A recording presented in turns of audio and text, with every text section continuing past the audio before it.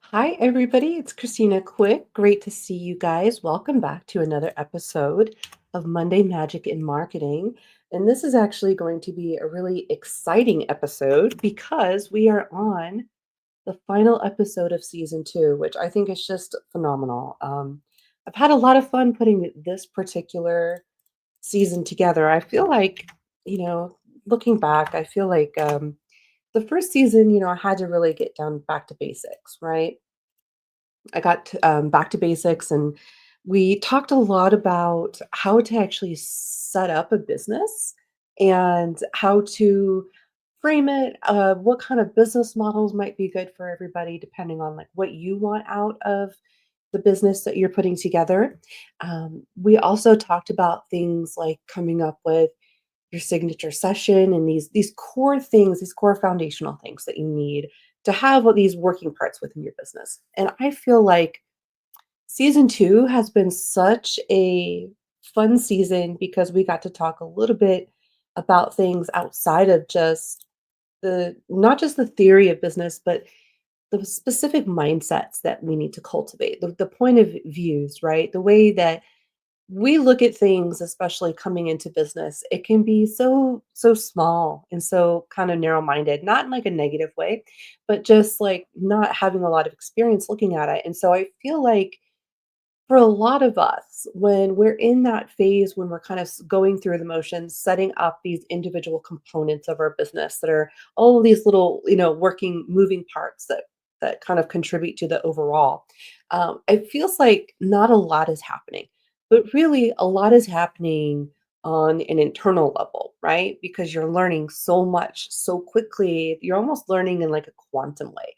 You're learning in a way where it's like you're learning so much so quickly that it so much is happening really that it kind of feels like nothing is happening because it all just kind of feels like this is normal now. I don't know if you can relate to that, but when I remember in the beginning for me, it was like I kept saying nothing's happening. And, I'm doing all of these things, but nothing's happening. And for so long, it's because I had to get my energy right in my head before things would really start happening. Because business is like, a lot of it in the beginning is setting up your business, all of the things that you need, like learning about funnels, learning about things like lead generation, learning about how the client journey and how they're actually going to get to you, right? And then we go through this phase where we get all those little things, like all of our ducks in a row, kind of for the most part, right? And, and then it feels like everything just kind of falls flat. And we were talking this season a lot about being okay with that, being okay with that quietness, not having to fill every single moment with busy work, not having to, just because you finish all your tasks for the week doesn't mean that you have to keep adding more, right? And so that is probably one of the biggest things for this season that I really want you guys to take away from that is that there's always more to do. And that will never not be true. That you'll never run out of funnels you can create. And then once you start realizing, oh, this is how we create funnels, and oh, this is how I get those sales, right? And then it starts working, and then you kind of, you're like, get excited about it. You want to create more and more and more funnels. But the answer isn't always more and more and more funnels, right? It becomes a point where you have enough funnels. And the way that I think about it is like, we've talked about this before, where we think of funnels as like this linear progression. And that's because there is like a step by step kind of way that we set it up, right? Through setting up the sales page, and then setting up the lead generation content to take you to the sales page, and then the automation journey on the back end with our CRMs, customer retention management systems like MailChimp, MailerLite, ConvertKit, all of these like um, communications types of apps and programs that we use, right? And so we are setting it up in such like this linear way. Hi, Mindy, good to see you. Thanks for coming. And so it feels very linear. But in reality, building funnels is and building lead generation and building content that's going to actually perform well and be high vibe, high value content. Hi, Marissa. And not just like highly valued by the person watching it, but highly valued by the algorithm. So when I say like high value content, it's not just good content, but it's also content that the algorithm is going to treat as high value. It's content that's going to be high value, as in it's going to have a higher conversion rate, because in sales, most of the time, like your average conversion rate is only going to be about between 3 and 10%. That's not a lot. That's not a lot. So if on average, you can kind of think about it like this: is that if you have how 100 people on your list, right? Only between like 2 and 10 people are realistically going to buy. And usually it's like it becomes exponentially smaller from there. Like, and out of that, like 2 to 10% that are actually interested, usually only about half of those people buy. So, the conversion rate in general in industry standard is pretty low. So people always come to me and they're like, my conversion rate is so low. I got 1,000 views on this video, but I only sold like two things, from that sale. And so it's like you have to kind of think about it as far as the industry standards is like you're doing pretty okay. You're doing all right. It depends on how much it costs. So there's like that graph, right?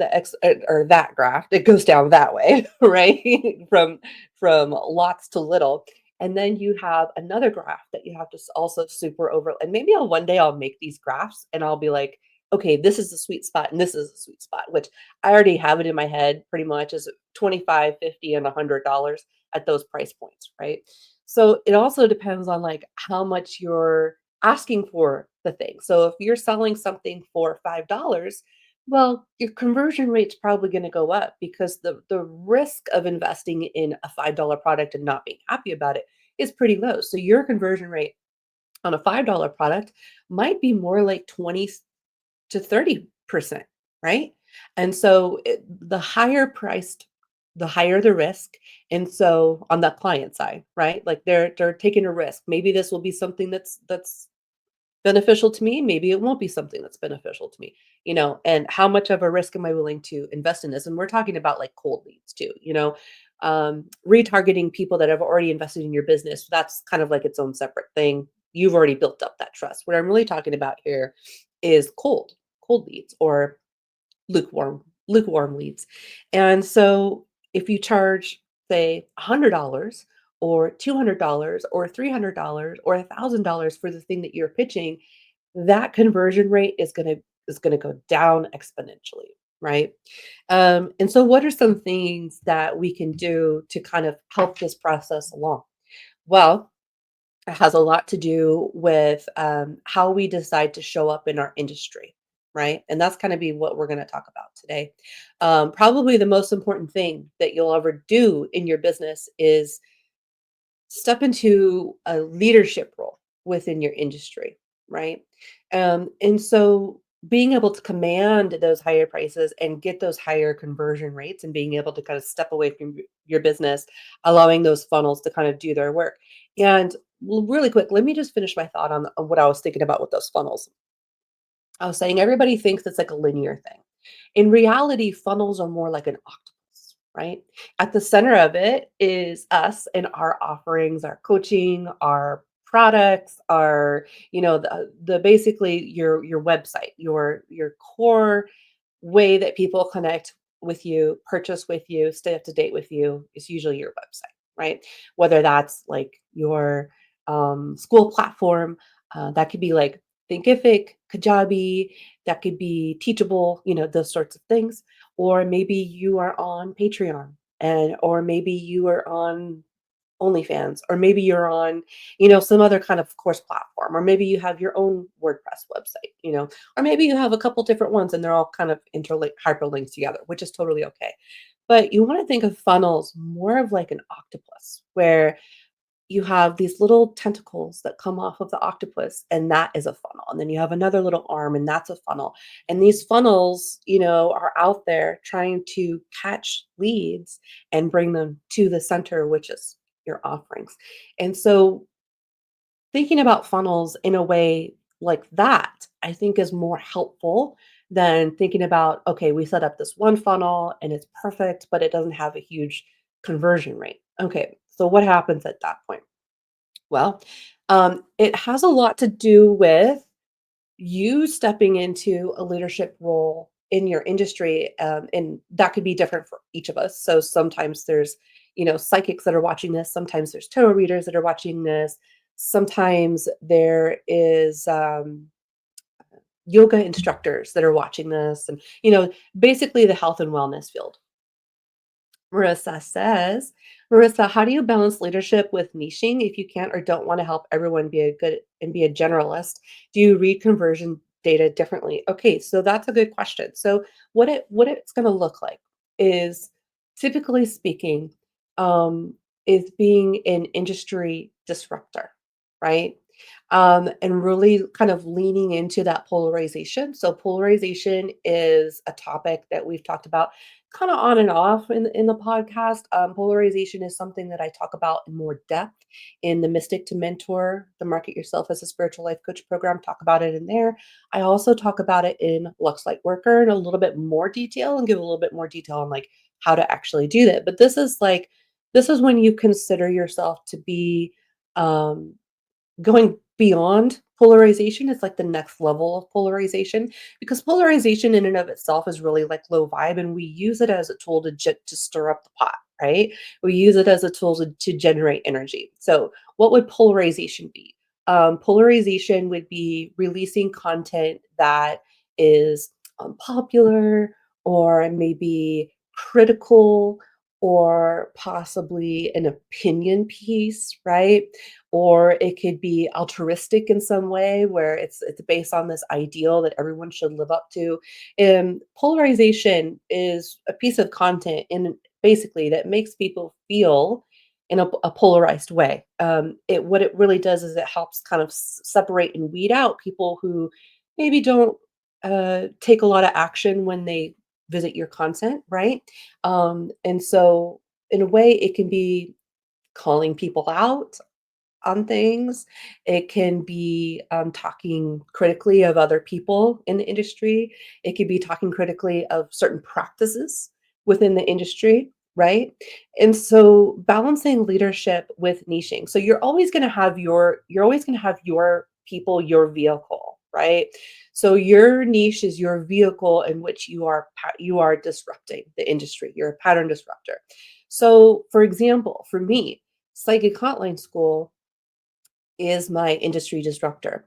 So, first, being a thought leader, I see the problems in our industry and I see where people are, and I'll always side with the practitioner over the client. That's just the side of the line that I will always be on. Like, there's people that are pattern disruptors and industry disruptors when it comes to like the client side of it, and really upgrading it and evolving and up leveling like the standards and the procedures that we do as professionals, right? Making sure that the clients are experiencing some level of consistency or quality control. Like, that's one aspect of it.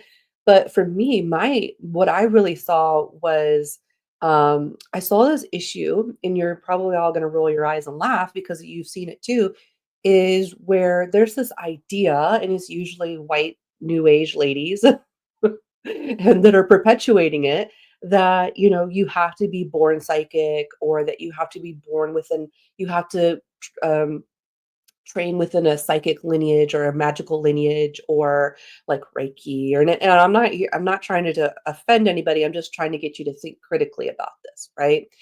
Just using it as an example, not in an intention to offend anybody, just looking at things that are kind of maybe hypocritical in our industry or what your industry is. So, and then I also saw an issue where it was perpetuated that by professionals, that we should not charge more, or we should really, there's a whole camp of people out there that believe that psychics should never charge, healers should never charge, that because we are gifted, naturally gifted, which we're not. I mean, we are, but that's not us. We go to school, we take certifications, we research deeper. We spend our time doing this. It's not just a hobby for a lot of us, it's our profession. And so our commitment to our own excellence is reason enough to charge. Okay. But here's the thing with that is that, even if you can get people to agree that, yes, there should be some kind of energy exchange, there's this idea that it shouldn't be a lot, right? And it surely shouldn't be $100 or $200 for, an hour long reading or something like that. And so there's this, I would see this all the time that new psychics and new tarot readers would want to step into this industry and they wouldn't be able to do it because they would be told by other practitioners, which I think is just a dirty little secret that other practitioners will bully like new psychics and new tarot readers and like tell them all this stuff that you're not supposed to charge a lot because they really just don't want them as competition, right? Like it's a dirty little secret kind of thing. But it's really a low vibe situation or a low vibe perspective. And so you would get these people that would come in and they would be like innocent little babies and they're like, "Oh, I'm going to charge $100 for a tarot reading." And they don't have that they haven't been force fed that rhetoric about, you can't charge too much. And if you do charge at all, and you have to make yourself available and all that kind of stuff, right? Like you have to make yourself accessible. Um, and you have to work Saturdays and you have to work nights and, all these areas in which you have to sacrifice in order if you want to do spiritual work as a profession. And so that's just one of them. I mean, there's lots of them, but that was just one of them. And so you know what? I was on the psychic hotlines. I came into the psychic industry without any of these blocks. And I think that's possibly why I'm a really good business coach and money coach because I didn't go through like Facebook groups to learn how to run business. Like that wasn't around when I started. I started back when you really had no choice but to like buy $1,000, $2,000 programs because there was no free information online. Right. And I'll circle back to this. This is also an issue of gatekeeping information. And so when I got on the psychic hotlines, I was just like, oh, I'll just start on the psychic hotlines. No problem. I can start reading for money. I didn't come to this industry thinking that I was limited in any capacity. And so I had and everything that I kind of learned about that was all just force fed to me by other professionals that I think in some way, shape, or form are like projecting or jealous or they don't believe that they deserve to be able to charge prices. It all goes back to like what people think about themselves, right? And so I started out, my first day, I made like 40 bucks and I was like, this is it. This is it. This is how I'm going to pull myself out of debt. This is how I'm going to pay my house off. This is how I'm going to pay my credit cards down. This is what I've been looking for. Right. And so when people I was like, "You know what? I'm gonna start psychic hotline school." And when I first started psychic hotline school was 2 years prior to when it originally came out. When I started psychic hotline school, it was I think it was 2013, 2014, and everybody hated me. I was like a pariah. I got kicked out of, tarot professionals group just for having psychic hotline school. I got kicked out of a whole bunch of all like professional networks that I was part of, paying money for. Tarot professionals, Marcus Katz, he still owes me like $1,000 worth of courses that I bought that he kicked me out because I was, psychic hotline school person, and I was teaching people how to get on the psychic hotlines, and that was such a derogatory thing back in that time. Like I was I don't think people realize this, but I was excommunicated when I started psychic hotline school back in 2012 or so, 2013, right? And yeah, I was kicked out. Marcus Katz kicked me out. Tally Goodwin kicked me out. All these people, they kicked me out. Um, yeah. And so then I was like, oh, and then nobody was interested in it. And I had to like build from the ground up. And I had nothing, right? And so then 2 years later, I was like, okay, I'm gonna try this again. And then it was a success. And so psychic hotline school since then has been my bread and butter, getting that's my main lead generation is getting people through psychic hotline school and then they go through the other compartments of my business, which is getting off the psychic hotlines, getting more into coaching, and then learning how to, market your business, and then, learning how to go through the different phases of business, right? But primarily, I would say that my academy is, you were excommunicated by the excommunicated. Caroline. Oh my gosh! And then people, yes, and then people that knew me were also getting kicked out. Yeah, yeah, you were executed by the, yes, and so people who knew me,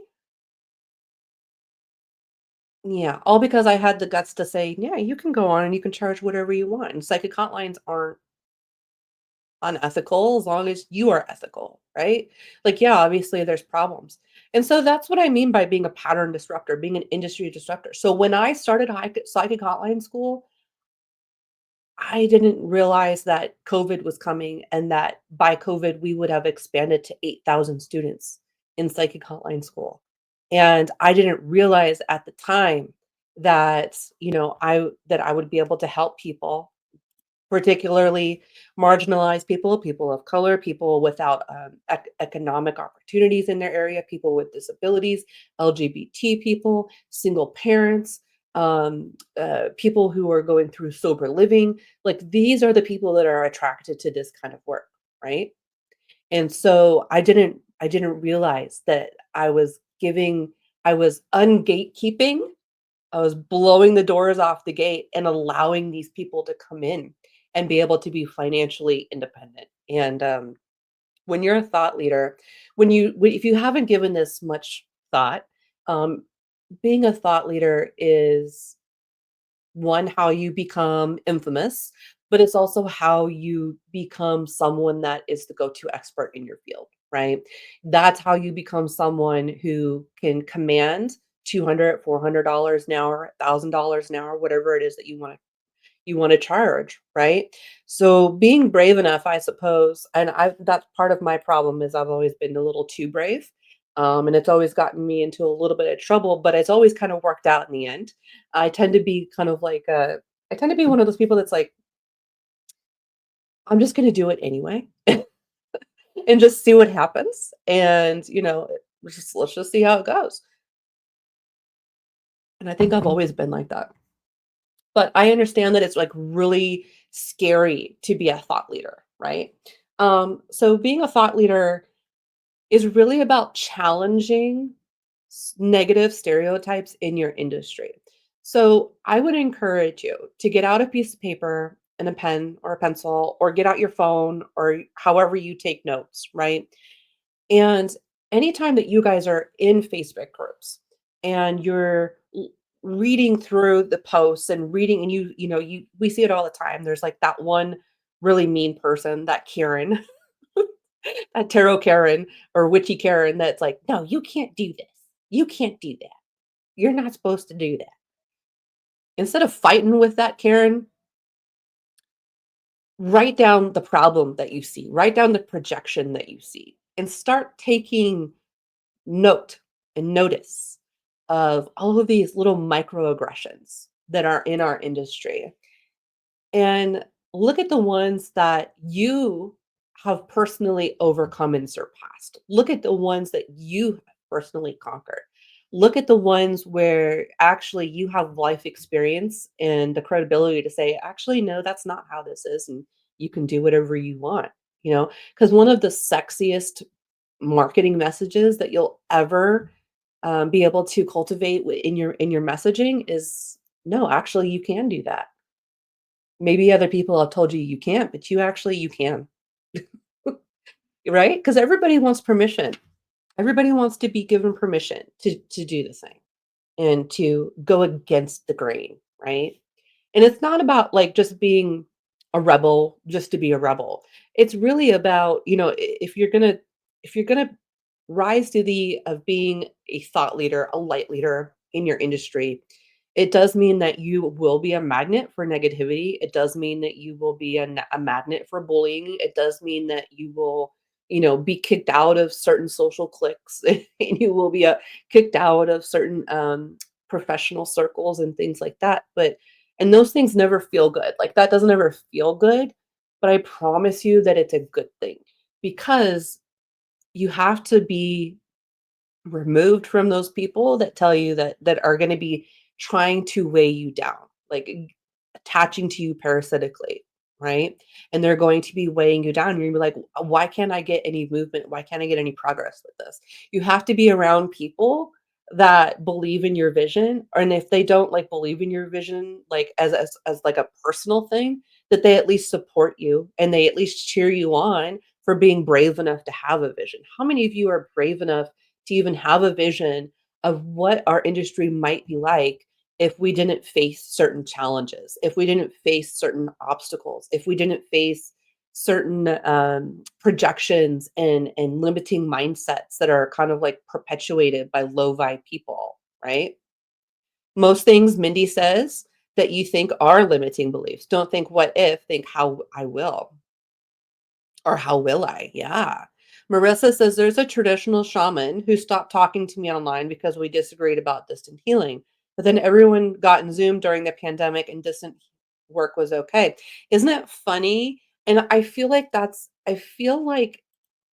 there is a level of privilege that even our most spiritual people have really strong issues with being able to accept about themselves. In-person healing from a shaman, a traditional shaman, that is a privilege that not all the people in the world who need healing can participate in that. So what, just F everybody else, like, screw everybody else, they don't get it. They don't get access to that, you know? And that's not being a visionary, right? Being a visionary says, "Okay, I understand that we have these problems, and I understand that we have these traditions, and I understand that going outside of these traditions, it kind of breaks away from that tradition. But maybe because of the current sicknesses, the illnesses that we have, the conditions that we have, and the way that we are connected now, especially during a pandemic, maybe we can create new traditions, right? And so, it's just one of those things, unfortunately, where not everybody is going to be willing to support you in that vision. But if you know from in your heart of hearts that you are helping people, your intent is to help, then it can only be a good thing, right? It can only be a good thing. This person was European and not native. I think I know who you're talking about, and I never got along with that person. Never did. They're polarizing without being a visionary. If you are polarizing, polarizing, polarizing without ever becoming a visionary, then you're just negative. Then you're just low vibe. Then you're just annoying and you're just pushing people away at that point.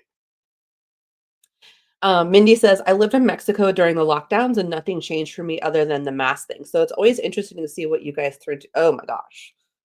Oof. It was interesting. It was I think the weirdest thing for me during the pandemic was literally the silence. I think the silence was the weirdest thing. There was no cars on the streets. There was no shops open for months. There was nothing. There were no sounds. And it was the weirdest thing ever.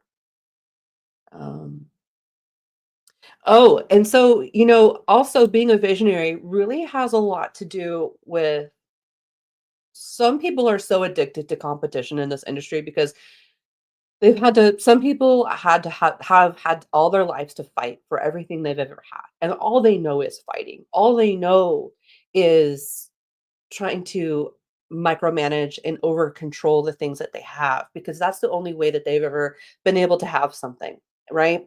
And so sometimes what you'll have is these people who think they're visionaries, right? Or think that they're doing a visionary thing. But in reality, they're so threatened by anybody who doesn't think similarly to them that they can't even coexist in a space where those two different ideals can coexist in a peaceful way, And I mean, I'm not talking about things like human rights, and I'm not talking about, I'm not talking about the big stuff. I'm talking about like, are you really psychic if you read tarot cards? That's one, you know? A lot of people think that you're not psychic if you read tarot cards, that think that tarot cards are not psychic at all, which, we know is not true. But it can be such a little micro thing that can just propel you so far. Because everybody out there sees this negativity and everybody else feels the uncomfortableness and they're looking for that voice that is going to educate them on what one they're feeling and two that what they're feeling is okay, right? Giving people permission. Another thing that I really like to think about is accessibility. So being a visionary for me is about accessibility. So I think back to my original situation back in 2011, 2012, when I was trying to learn online business. So all there was $1,000 courses. There was no, YouTube. There was no Tarot Biz Mentor YouTube back then. And so people ask me why I'm able to be so consistent with my content. And the reason is because there was nothing when I first started. And so people who have nothing when they first start, they tend to be people that are constantly giving, making things accessible. And that's always been my thing is that Psychic Hotline School was about making it accessible, making money accessible to psychically inclined people. That's it. Getting business advice, getting business mentorship for free over YouTube in an accessible way. Everybody wants to start out in their business with low prices, but that's not economical and it's not feasible to do that. You can't survive off low prices. In fact, in the beginning, your prices have to be pretty darn high in order to even break even on the amount of labor that you're doing to build and market your business, right? Everybody with me on that? And so philanthropic pricing is something that happens later on once you've achieved a level of success. So if you remember, my courses used to be much more expensive. My courses used to be more like $500, $400. My coaching used to be sometimes. Is there a thing of being blacklisted from all hotlines? No, no. There's not all hotlines. Maybe like ones that own one another. So like Purple Ocean, Bitline, Purple Garden, like those three are all owned by the same like main company that are now owned by even Keen. So blacklisted from all hotlines? No. Blacklisted from some hotlines? Yes. Yeah. So, but now I've been able to, because I have so much content and I've created so many programs, I don't have to charge as much because I have a lot of passive income coming in, right? And so thinking about all of the inaccessibility that you go through. So what information in your industry as a thought leader, what information in your industry is still gate kept? And that's when you become a whistleblower, right?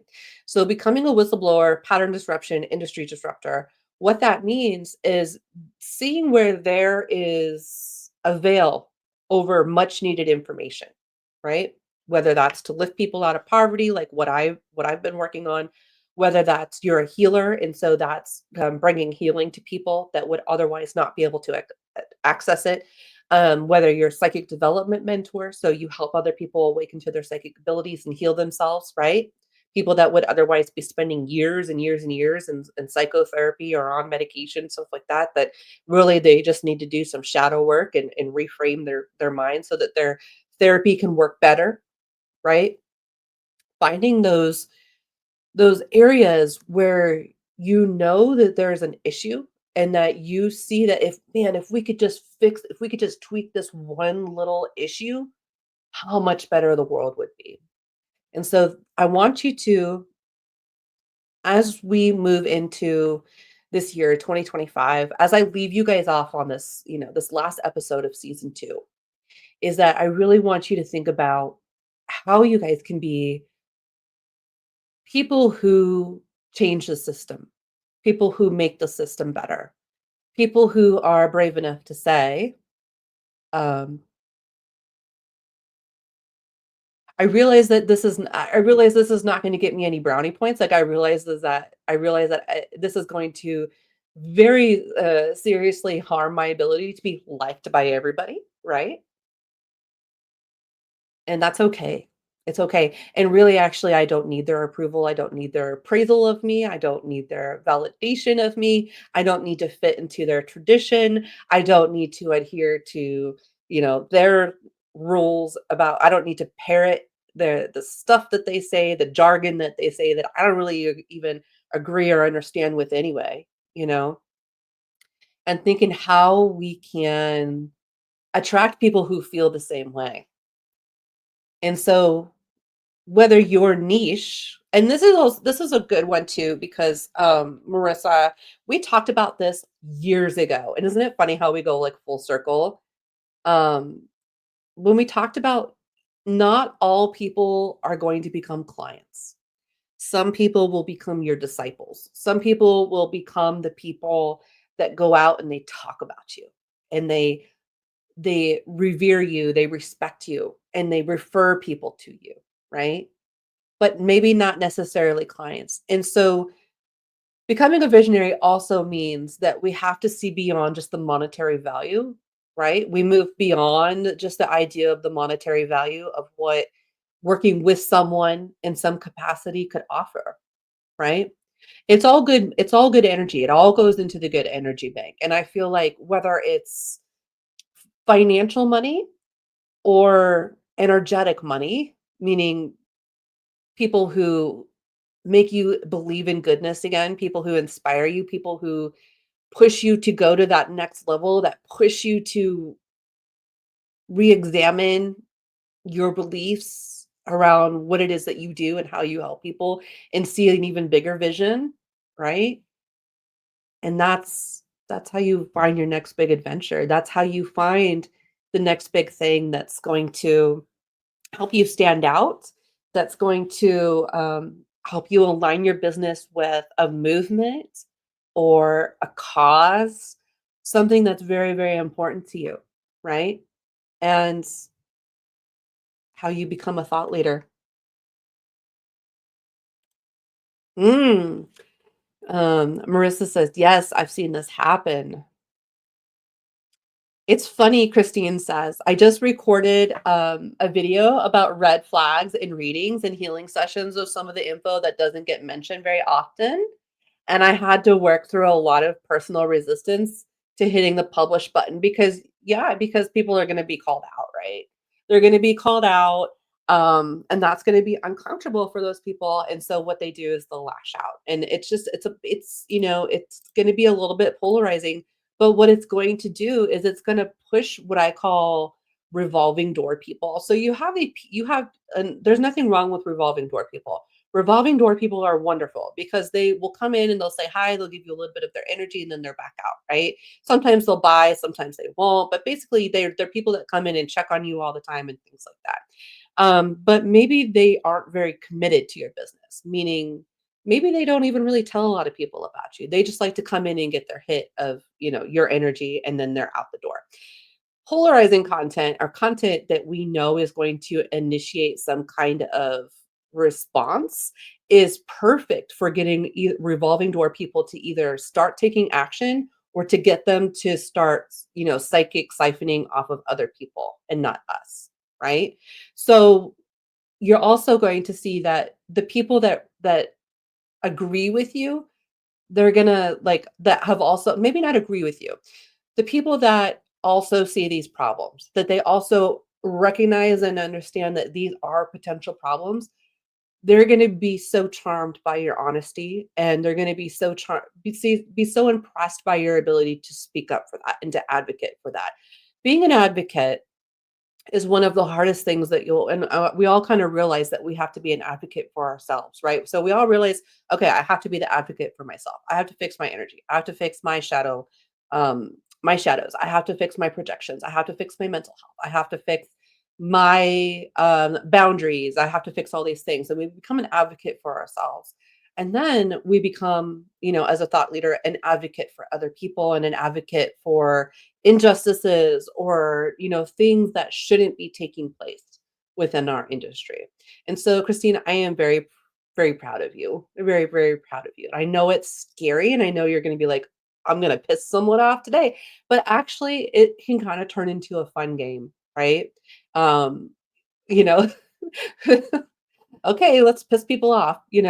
Um, and so you kind of realize that whether you're upsetting people or whether you are helping people or whether you're getting people just talking about these problems, talking about these issues, sharing your videos, sharing the content, sharing the ideas that you're releasing, you're being a pattern disruptor and people are going to start noticing. And so the people that understand the issues that you're trying to tackle are going to feel safer around you, and you're only going to deepen your connections, while those false connections will just fall away.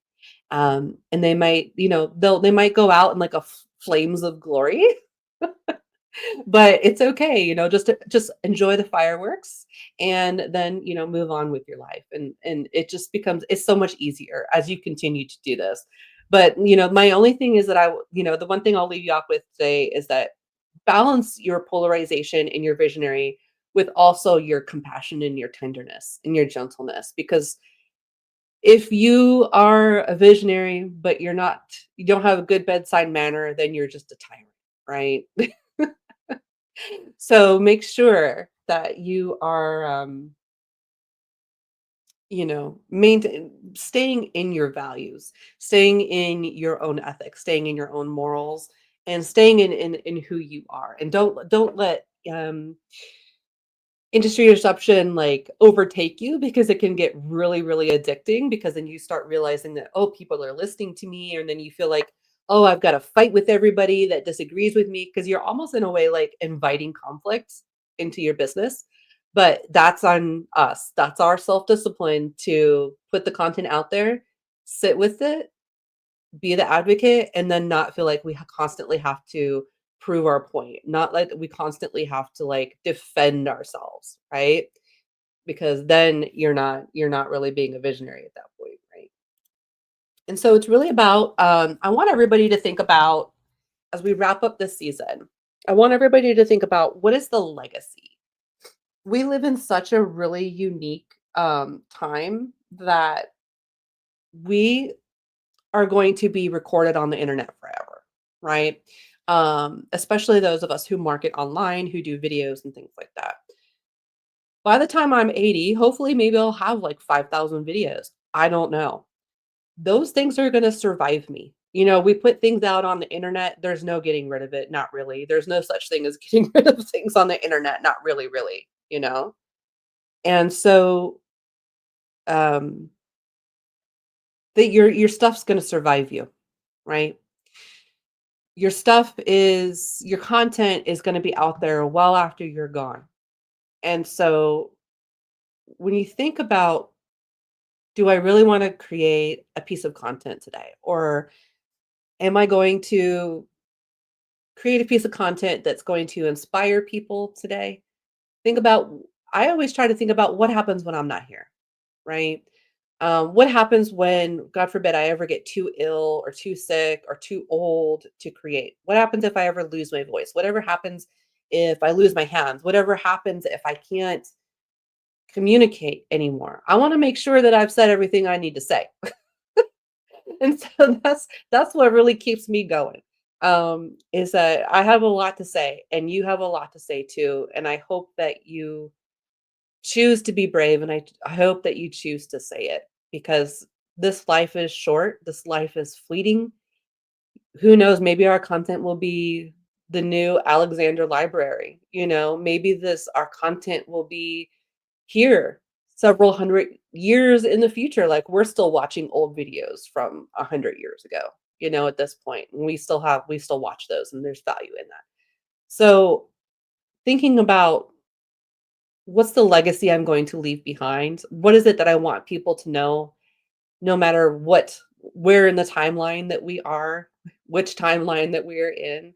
What is it I really want people to know? And I think that that's our greatest purpose. I really feel like that is the greatest purpose that we will ever have, outside, say, like motherhood or parenthood or something like that.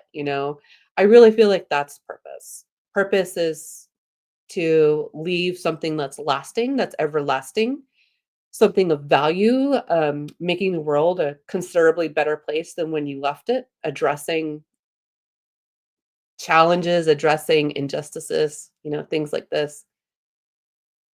Because if you ask me, what else is the point? What else is the point?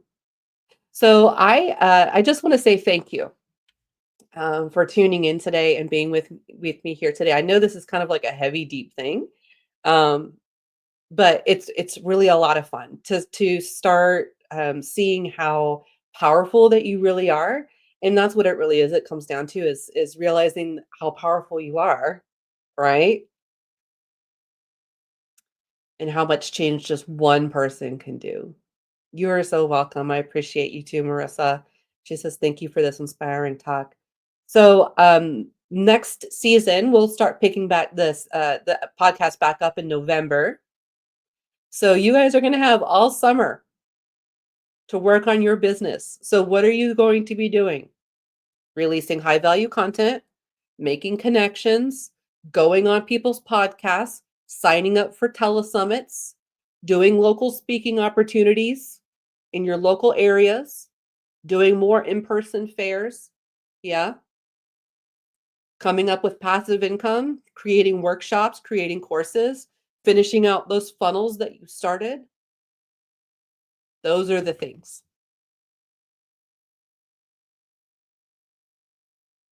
I hope that you guys have a great Monday. Have a great rest of your week, and I'll see you next season.